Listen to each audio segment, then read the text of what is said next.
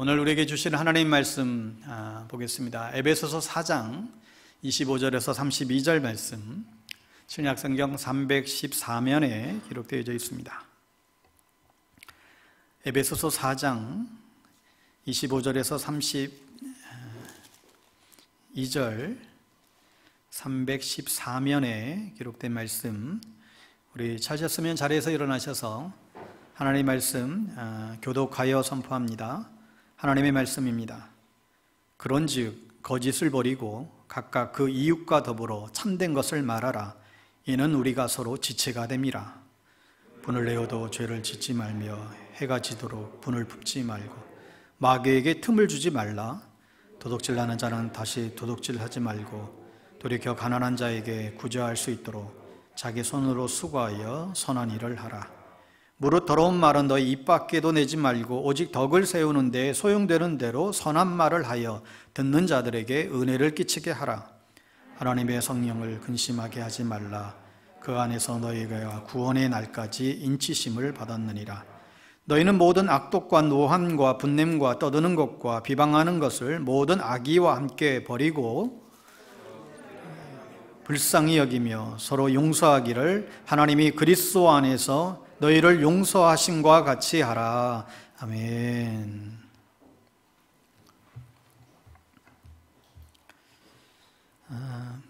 우리가 지난 주일 시간을 통하여서 우리 안에 부정적이고 폐쇄적인 생각들을 더 이상 받아들이지 말고 하나님의 약속의 말씀으로 우리의 생각을 채우라는 메시지를 나누었습니다.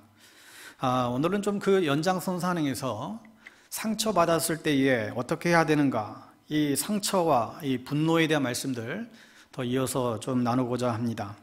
오늘 메시지의 키는 용서에 있습니다. 이것은 굉장히 단순한 것 같지만 이것을 잘 이해하지 못하면 굉장히 우리의 삶을 힘들게 만듭니다. 왜 그렇습니까? 누군가는 여러분을 상처 주기 때문에 그래요. 어느 누구도 여기에서 피해갈 수가 없지요. 한번 생각해 보세요. 어릴 적에 또 한 10년 전에 아니 몇 달 전에 지난 주에도 누군가에게 상처를 받았습니까? 그때 여러분의 반응이 어땠습니까? 우리는 상처를 받으면 제일 먼저 나타나는 반응이 자기 방어가 발동하지요. 그래서 그 모든 상처의 원인과 책임을 다른 사람에게 우선적으로 돌리게 됩니다. 그래서 1차적인 그런 반응이 대부분 보복이에요. 여러분, 보복에는 두 가지 보복을 이해하셔야 됩니다. 어떤 직접적인 보복보다는 또 뒤에서 가십하고 그를 파괴시키려는 그런 악한 마음을 품을 수가 있지요. 그러나 보통의 크리스찬들은 그 정도까지는 나가지 않아요. 아주 그냥 그렇게까지는 보통 그러지는 않죠. 그러나 그 사람을 판단하고 미워하는 거예요.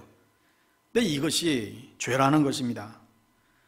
그러니까 그 사람의 문제가 아니라 너가 말씀에 순종하지 않았다라는 거예요. 여러분, 오늘 이걸 이해하지 못하면 평생 신앙생활을 해도 어려움이 있어요. 이게 풀리지가 않아요. 부부생활도 풀리지가 않아요. 그러니까 크리스찬들은 적어도 직접적인 보복은 안 할 거예요. 누군가에게 막 소송 걸어서 너 인생 완전히 그냥 파멸시키고 말 거야, 이렇게까지는 하지 않을 거예요. 그럼 뭐가 문제예요? 여러분의 마음속에 그것을 간직하고 있는 게 문제예요. 용서하지 못하면 반드시 그것을 간직하고 있어요. 누군가가 여러분에게 잘못했었던 행동을 했다고 해요. 생각할 적에 여러분이 거기에 대해서 아무런 어떠한 조치를 취하지 않았습니다. 근데 뭐가 문제냐? 여러분이 용서를 못하면 그걸 안에 품고 있는 거예요. 이걸 여러분이 또 다른 사람에게, 자녀들에게 이걸 터뜨리는 것이죠. 그러니까 그 사람의 문제가 아니라 여러분이 용서를 안 했기 때문에 생기는 문제들이 계속해서 파생되게 됩니다. 그러니까 여러분의 삶에서 가장 위험한 것 중에 하나가 뭐냐면 바로 이 미움, 판단, 원망, 이 분노, 앵거, 이게 적개심, 이걸 마음속에 담아두는 거예요. 어떤 사람은 굉장히 성품이 착하기 때문에 이게 결코 겉으로 드러나지 않지만 문제가 뭐예요? 자기 마음 안에 가지고 있는 거죠. 그리고 이것이 결혼에서는 분명히 터져요. 신앙생활하면서 반드시 터져요. 왜요? 옛날에 그 문제가 지금 해결이 되지 않은 거예요. 그래서 성경적인 용서를 하기 전에는 분명히 여러분 안에 다 내재되어 있다가 그게 어느 순간 터지게 됩니다. 교회의 문제도 누군가 여러분에게 어려움을 준 게 그게 문제가 아니에요. 여러분이 용서 못하는 게 문제예요. 그래서 여러분이 또 다른 사람에게 상처를 또 주게 만들죠. 그러니까 저 사람이 내게 어려움을 줘서 문제가 아니라 그걸 내가 용서 못하면 절대로 우리는 하나님 앞에 쓰임 받을 수가 없거니와 도리어 우리는 누군가 여러분에게 상처를 준 것이 여러분을 훨씬 더 깊게 하고 성숙하게 도울 수가 있게 됩니다. 그러나 여러분에게 누군가 아프게 했다고 그것을 계속 마음에 품게 있게 되면 그 대가를 치르게 되는데 그 대가가 엄청 생각보다 크게 됩니다. 부부관계도 똑같아요. 남편이 실수할 수 있어요? 아내가 실수할 수 있어요? 그런데 문제는 서로가 잘못을 인정하지 않아요. 그러면 답이 어디에 있습니까? 용서하는 자가 답이에요. 그러지 않으면 사탄이 계속해서 공격할 거예요. 그러니까 가정생활의 문제는 결국 누가 옳으냐 그러냐의 문제가 아니라 용서 안 하기 때문에 문제가 시작이 됩니다. 누구나 실수할 수 있죠. 왜요? 다 서로가 자신도 모르는 아픔들이 있기 때문에. 그래서 우린 자꾸 상처받았다고 하는 거예요. 자기 안에 이 숨겨진 상처들이 다 있는 거죠. 근데 그걸 찾아내셔야 됩니다. 문제는 다른 사람에게 있는 것이 아니라 나한테 있는 것이구나. 이걸 찾으셔야 돼요. 나는 문제 없는데 상대방에게만 문제 있다라고 생각하게 되면 결코 끝없는 갈등이죠. 사탄이 여러분이 불순종하는 그것을 악용하게 됩니다. 용서하지 못하면 그게 안에 숨겨져 있다가 그게 어느 순간에 튀어나와요. 여러분 5년 전에 그 어떤 일을 생각하면 기분이 나빠져요. 왜 그래요? 그때 그것을 용서 안 했기 때문이에요. 부부관계도 옛날 일 다 끄집어내서 이제 막 싸움이 붙어버리면 그건 용서하지 않았기 때문에 싸움이 나는 거예요. 당신 그때 나한테 그렇게 했잖아. 당신 어떻게 그럴 수 있어? 왜 지난 일들을 꺼내게 돼요? 그건 용서하지 않았다는 거예요. 그래서 그 말하는 사람이 죄악이 있다는 거예요. 용서 못하는 죄가 너에게 있다는 걸 얘기하는 거예요. 그 사람, 나를 힘들게 했던 그 사람은 그냥 노터치 하라는 거예요. 그 사람은 그냥 내버려 두라는 거예요. 여러분 이걸 잘 이해하시지 않으면 우리는 늘 희생자예요. 늘 우리는 상처 입었다고 그렇게 말하게 돼요. 나는 너의 믿음을 키우고 순종하길 원하는 것인지, 주님은 우리의 믿음에 관심이 있고 주님은 우리가 성장하기는 데에 관심이 있는 것이지, 그냥 저 사람은 저럴 수 있다라는 거예요. 그냥 내버려 두라는 거예요. 저 사람의 문제가 아니라 너가 문제라는 거죠.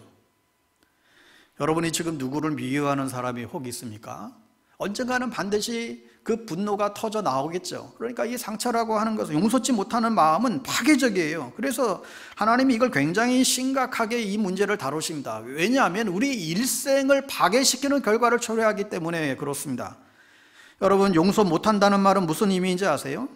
일단 저 사람이 잘못 안 했는데도 여러분이 오해할 수도 있고요, 설령 저 사람이 100% 잘못했다고 칩시다. 근데 여러분이 용서를 못했어요. 근데 주님은 성경대로 뭐라고 하는지 아세요? 너가 경건치 못하다는 거예요. 너가 지금 나한테 지금 반항하고 있다는 거예요. 너가 내 말씀에 순종하지 않다라는 거죠. 너가 지금 용서하지 못하고 있다라는 거예요. 여러분 주기도문에 보면 하늘에 계신 우리 아버지 그렇게 시작하다가 우리가 우리에게 잘못한 사람을 용서해 준 것 같이 우리 죄를 용서해 주시고, 갑자기 이 내용이 나와요. 좀 이상하지 않으세요? 기도를 쭉 가르쳐 오시다가 기도에 대해서 쭉 말씀한 게 아니라 갑자기 너에게 상처 준 사람을 용서하지 않으면 나도 널 용서하지 않겠다. 왜요?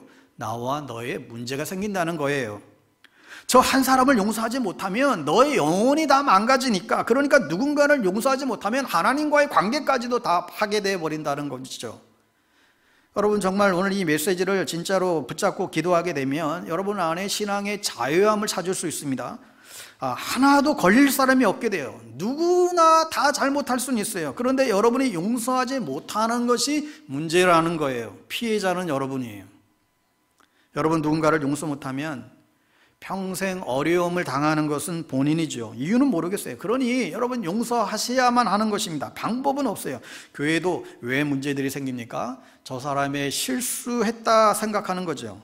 저 사람이 잘못을 보는 거죠. 그런데 여러분이 그 사람을 용서하면 하나도 걸릴 게 없어져 버려요. 그런데 그 사람이 용서가 안 되니까 그 사람 곁에 가기도 싫은 거예요. 그 사람이 있는 셀 모임도 가기 싫은 거예요. 그 사람 다니는 교회조차 가기가 싫은 거죠. 그 사람과 연계된 모든 것들은 다 보기 싫은 거예요. 그게 어디서부터 시작이 됐다고요?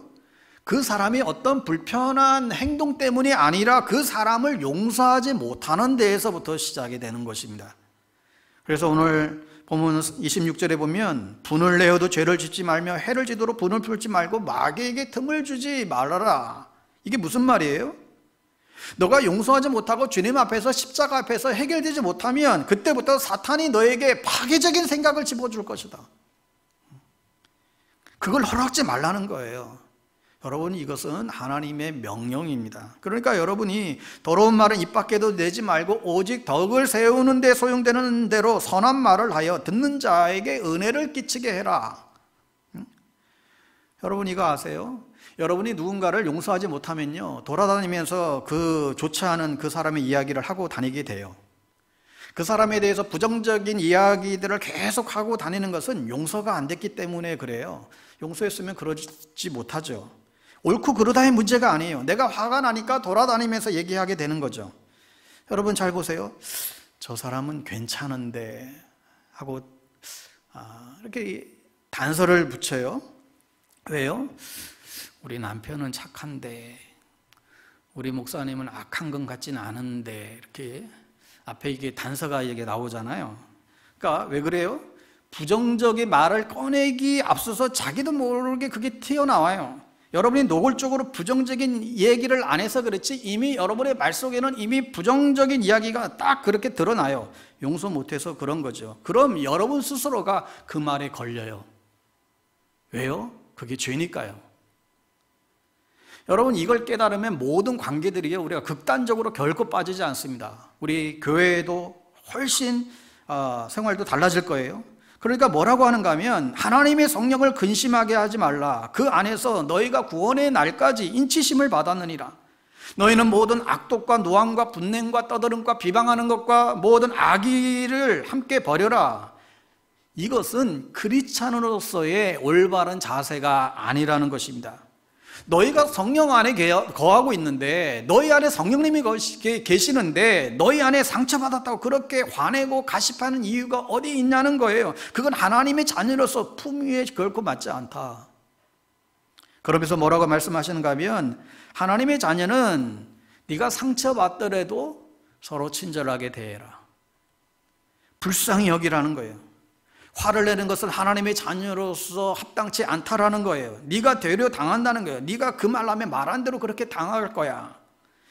그러면서 서로 용서하기를, 하나님이 그리스도 안에서 너희를 용서하신 것 같이 용서해라. 단서를 붙이고 있죠.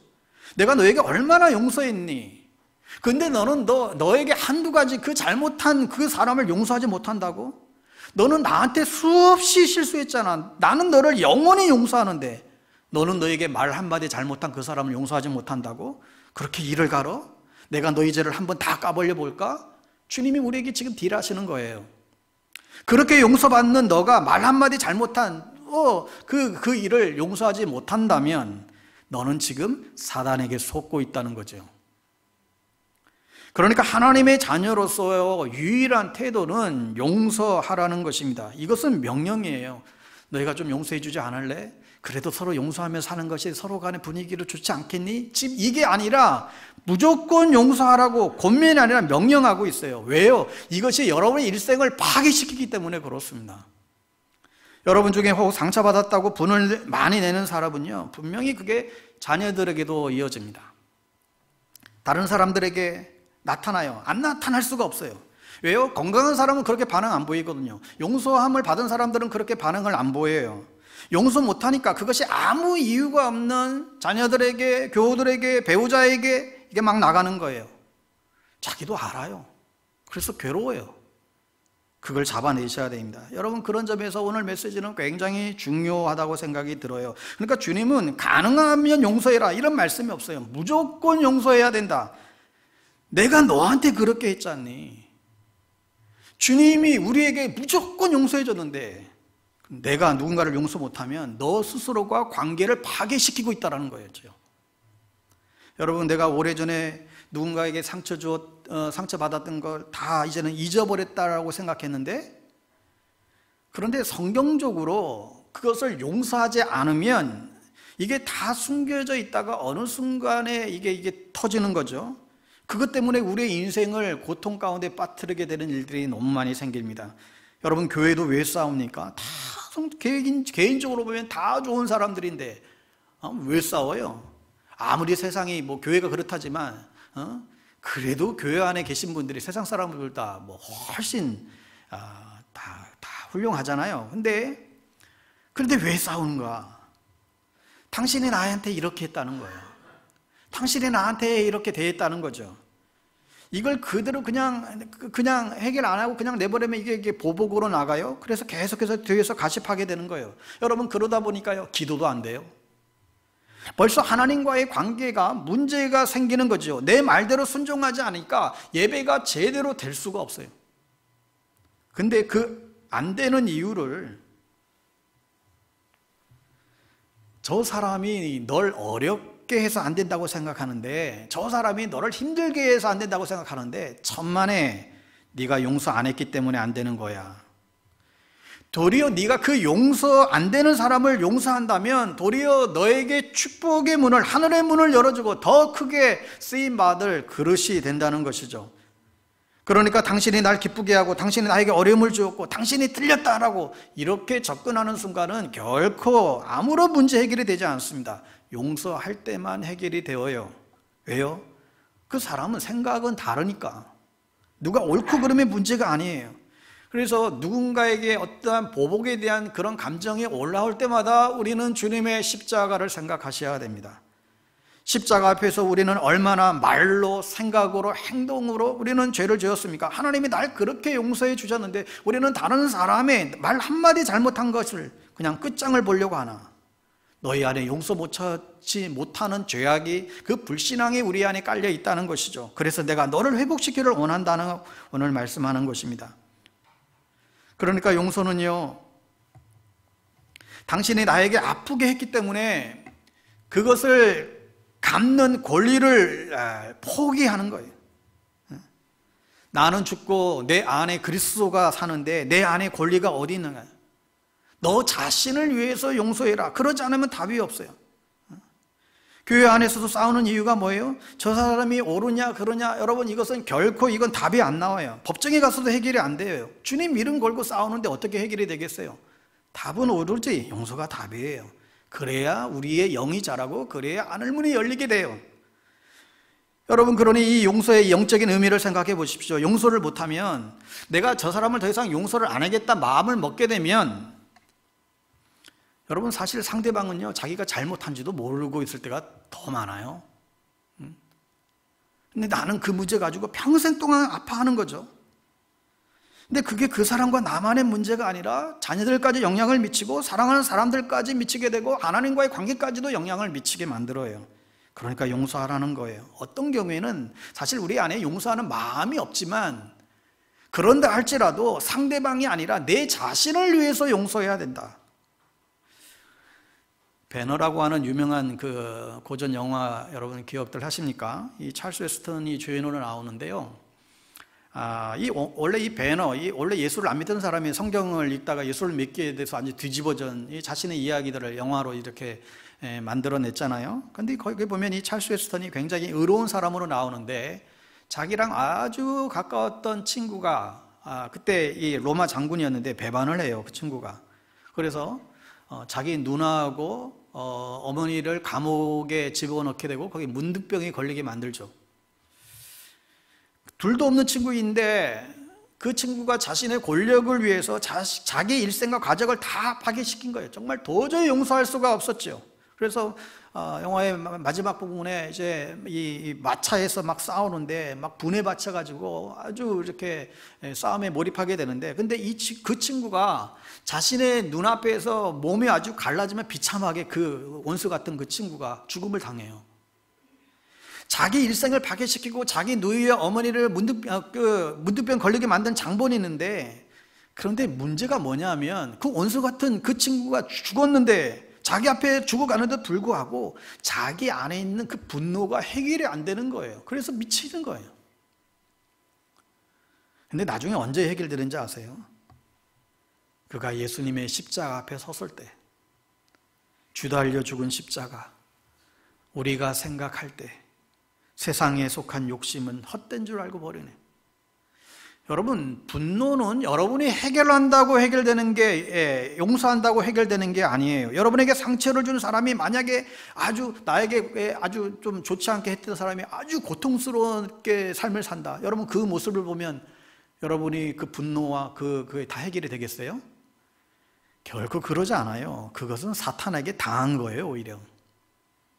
여러분이 용서하는 길밖에 없어요. 십자가에 달린 예수 그리스도를 보는 순간 거기에서 분노가 해결되는 거죠. 그래서 그 영화에 나중에 보면 그 문둥병 걸렸던 그 누이와 어머니가 그 십자가 앞에서 다시금 회복되고 문둥병이 낫는 아주 엄청난 감동의 장면이 나오죠. 여러분이 그 사람을 용서했을 적에 때가 되어 그 사람이 회복될 수 있는 찬스가 훨씬 더 많지만, 여러분이 화를 내고 있는 이상, 분노하고 있는 이상 그 사람이 다시금 돌아올 수 있는 확률은 쉽지가 않아요. 그리고 여러분의 인생이 파괴시키죠. 그래서 주님은 이 문제를 심각하게 다루는 것입니다.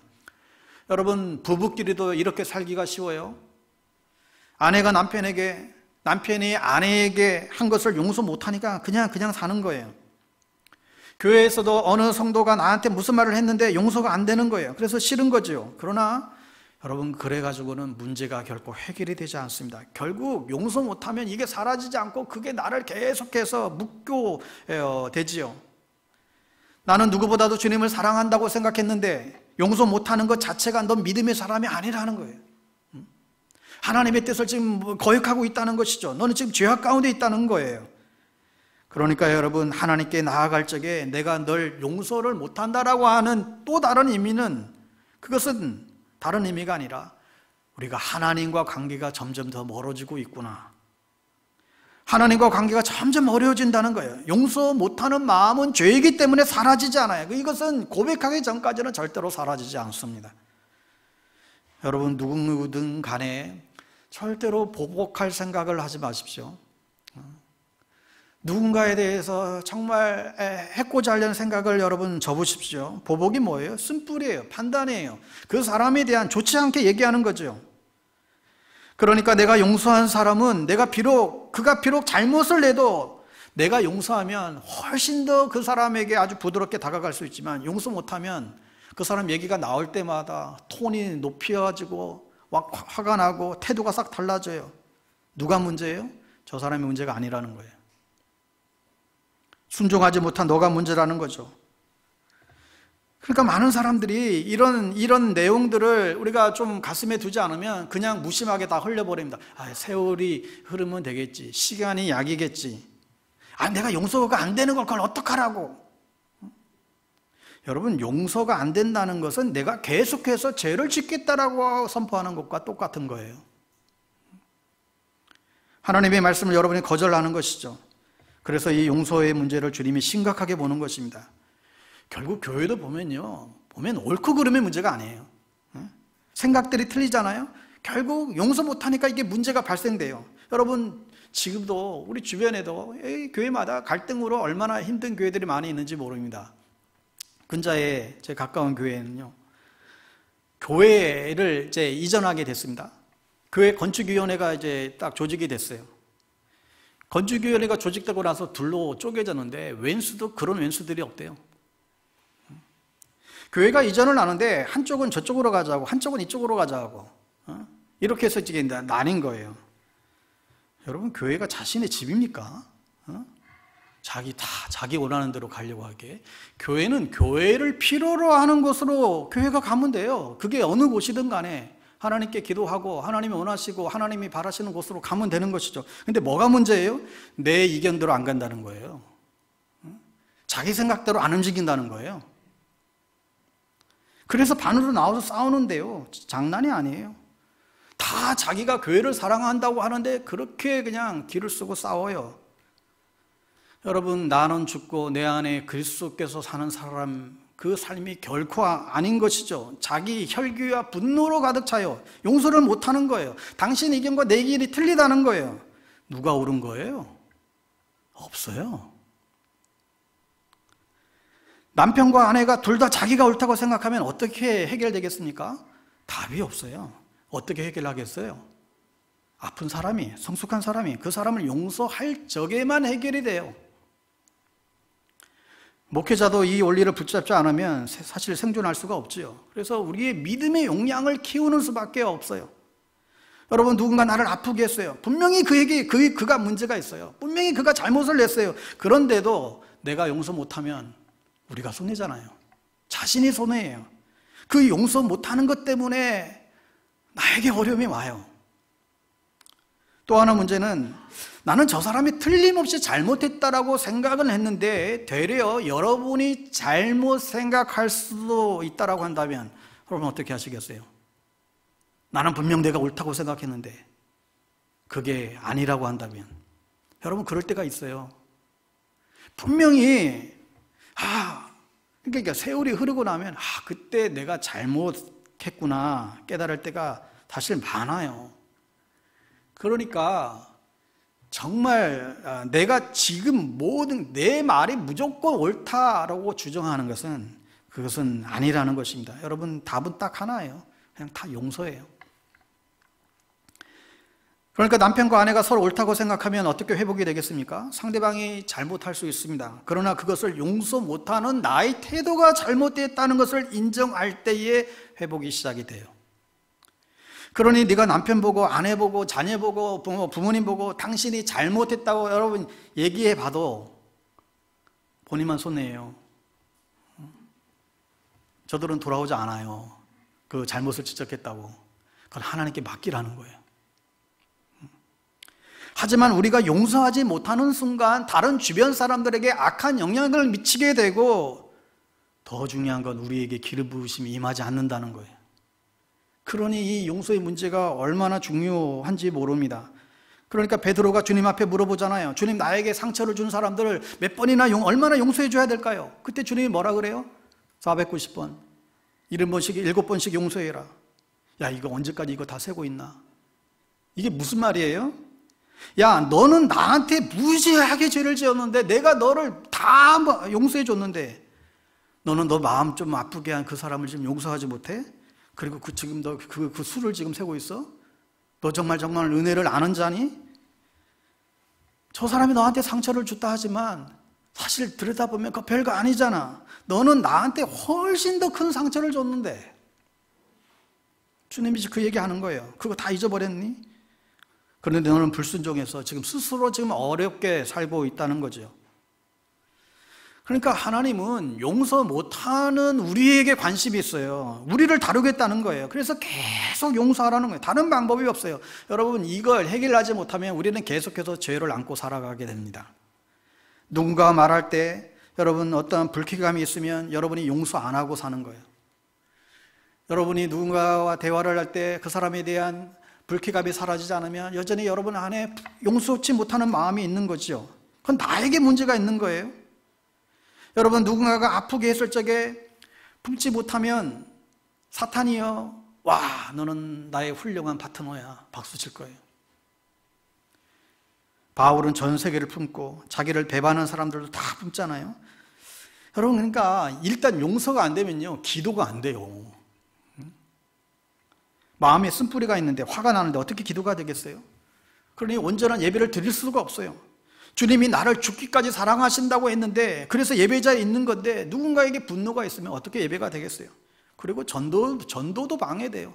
여러분, 전도는, 복음은 용서와 치유의 메시지인데 내가 누군가를 용서하지 못하고 있는데 어떻게 자신 있게 그 복음을 전하겠어요? 또 하나, 여러분, 드리는 헌금도 방해가 돼요. 예수님 말씀하시기를 너 예물을 드리다가 혹 용서하지 못하는 사람이 있거든 그 사람하고 화해하고 다시 와서 예배를 드려라. 이게 무슨 얘기예요? 여러분, 헌금도 감사와 기쁨으로 드리는 것이지 이게 무슨 내가 지금 막 분이 막 나와 있는데 이게 하나님 앞에 뭔가를 드리면 그게 무슨 소용이 있겠느냐. 다른 사람과 화해하고 와서 예물을 드려라.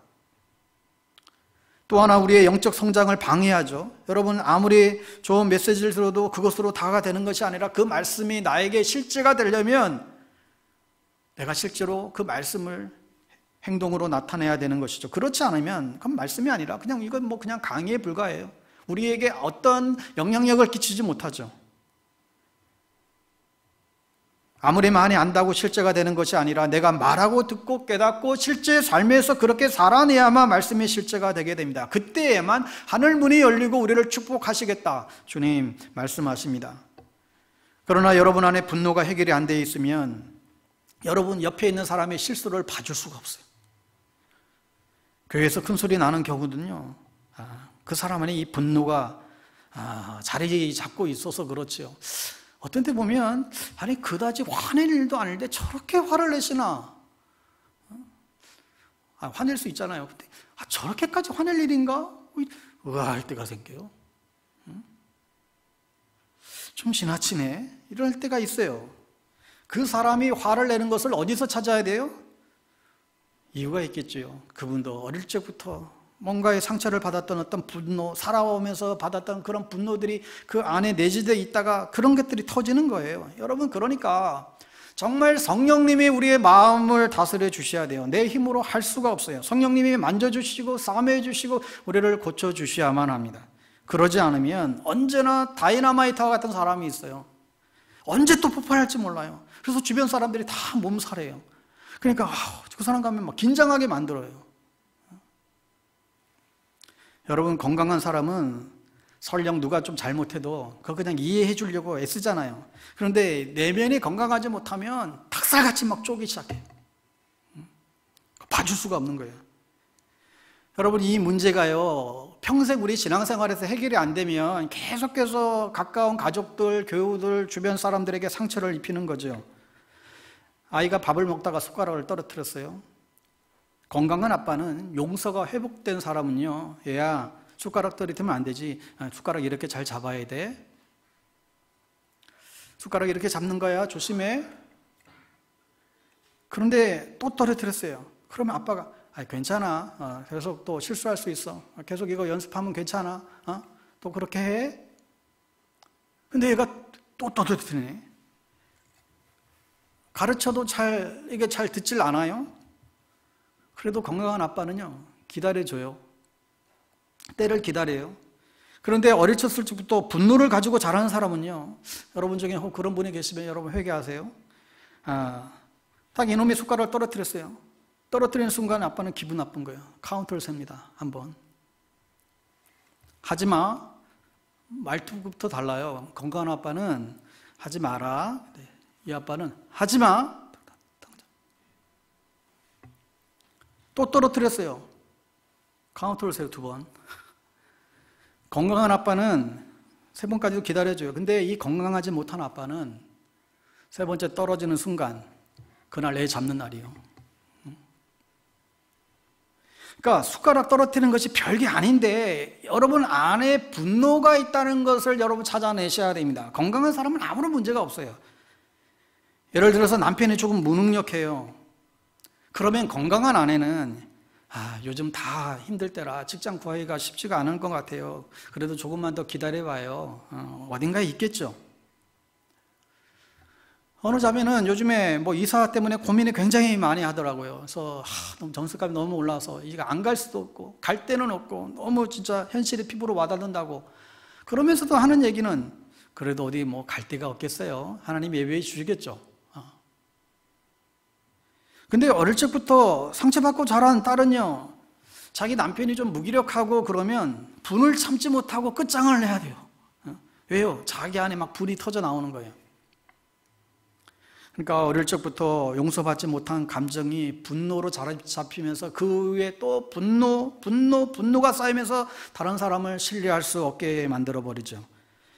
그런데 그것은 여러분 자신의 문제지 다른 사람의 문제가 아니라는 것입니다. 내가 내 안에 있는 문제를 모르는 거예요. 순종하지 않는 거예요. 용서하지 않는 거예요. 이게 키예요. 저도 이 부분을 깨닫고 나서 많은 부분들이 해결이 됐어요. 남들이 해결해 주는 게 아니에요. 어떤 문제든지 먼저 나한테 우선적으로, 나에게 우선적으로 문제가 있다라고, 이건 뭐 자기 비하가 아니라 그렇게 성찰하게 되면 그 다음부터는 놀랍게 하나님이 다루시기를 시작하시더라고요. 그러니까 여러분, 용서를 못하면요, 육신에 먼저 영향이 오잖아요. 용서 못하면 머리, 두통, 스트레스, 심장병, 우울증, 쇼크. 상담사들을 찾는 대부분의 사람들이 용서 못하는 문제들이 자리 잡고 있잖아요. 여러분, 병원을 향해서 달려가는 많은 사람들이 용서하지 못해서 병원으로 향하는 사람들이 얼마나 많은지 모릅니다. 그런데 여러분, 용서는 여러분이 못해요. 여러분은 용서하겠다고 그래 결정만 내리라는 거예요. 내가 능력 주시겠다는 거죠. 한편으로 우리를 진짜 힘들게 하는 사람이 있을 적에 우리 안에 용서의 능력이 커지고 그릇이 커지고 믿음이 자라는 거예요. 저 사람은 안 변했어요. 그런데 우리 자신이, 여러분이 변화가 일어나게 돼요. 여러분 그릇이 커지고 능력이 생기게 되고 이해하려고 되고 용서하려고 하고 내 안에 하나님의 자녀로서의 태도가 계속해서 생기게 되지요. 여러분, 내 생각만 옳다는 그 집요한 생각에 여러분 얽매이지 마셔야 됩니다. 여러분 안에 분노가 있어요. 저도 만약에 그런 분이 있다면 빨리 회개해야 돼요. 목사도 별 수 없어요. 저 사람 틀렸다고 분노를 가지면 내가 용서 안 하고 산다는 증거가 되는 것이죠. 그러니까 저 사람은 신경 쓰지 말아라. 계속 다른 사람 신경 쓰지 마. 하나님의 관심은 나에게 있는 거예요. 나를 다루겠다는 거죠. 너가 회개하고 돌이켜라. 그래서 이 용서의 문제가 해결되지 않으면 나의 신앙생활과 관계를 다 틀어막혀 버립니다. 하나님께 쓰임 받는 것도 가로막혀 버리게 됩니다. 누군가에게 보복하고 싶은 마음이 생기면 어찌 예배가 되겠어요? 다 막히는 거예요. 그러니까 좀 손해보고 말지, 내가 좀 양보하고 말지, 조금 더 욕심을 부리려다가 예배도 하나님 관계도 다 깨지는 거예요. 물론 그 사람이 왜 나에게 그런 말을 했는지, 저 인간이 왜 나에게 저렇게 행동을 하는지, 여러분, 우리는 그 사람의 상황과 내면의 상태를 사실 모를 수 있어요. 그래서 그걸 이해하지 못하고 판단해버리는 경우가 대부분이지요. 그러나 그 뒤에 숨겨진 분명한 어떤 내면의 사연들은 있을 거예요. 왜 저 사람이 저렇게 힘들게 했는지. 그러면 여러분, 그럴 때마다 하나님께 기도하는 거죠. 이유가 있을 거예요. 하나님, 왜 우리 아버지가 날 힘들게 했어요? 왜 우리 어머니가 날 이렇게 그렇게 했어요? 여러분, 하나님 앞에 기도하며 나아가면 왜 그렇게 했는지 이해하게 됐다라고 하는 간증들을 여러분 저는 많이 듣습니다. 정말 이해하지 못했다는데 그 문제를 하나님 앞에 나아가 왜 이런지 하나님 앞에 들고 나갔더니 그것을 이해하게 하게 만들더라는 거죠. 그때 회복이 시작이 되는 것입니다. 어머니가 잘못했다고 하기 전에는 엄마의 잘못을 절대 끌어들이지 마십시오. 그래서는 답이 안 나와요. 용서 못하는 내가 잘못이라고. 그러면 가정도 교회도 놀란 회복이 일어나요. 남편이 변하게 해달라고, 아내가 변하게 해달라고, 부모님 변하게 해달라고, 우리 사장님 변하게 해달라고. 여러분, 그렇게 기도하지 마세요. 그러면 사탄이 끝까지 공격해요. 용서하지 못하는 나를 돌아봐야 됩니다. 그런데 그 사람은 용서했는데 또다시 생각나잖아요. 여러분, 그래도 괜찮아요. 걱정하지 마세요. 다시 예수의 이름으로 용서를 선포하고 나가면 되죠. 또다시 힘들게 하면 또 용서를 선포하고 또 하시는 거예요. 여러분, 어차피 우리는 상처 주고 상처 받으면서 우리는 살아요. 그러나 누군가가 나에게 상처 줬다고 여러분의 신앙에 절대 금이 가게 해서는 안 됩니다. 누군가가 나에게 상처를 줬다고 해서 성도 간에 금이 가서는 결코 돼서는 안 되죠. 저 사람은 실수할 수도 있고 나에게 아픔을 줄 수도 있어요. 그러나 우리가 그를 용서하고 나아갈 때 그 속에 나를 향한 하나님의 선하신 계획과 섭리가 있음을 발견하게 되고, 무엇보다도 나를 단련하여 정금같이 나오게 하시는 그 하나님을 여러분 바라볼 수 있게 되기를 간절히 바랍니다.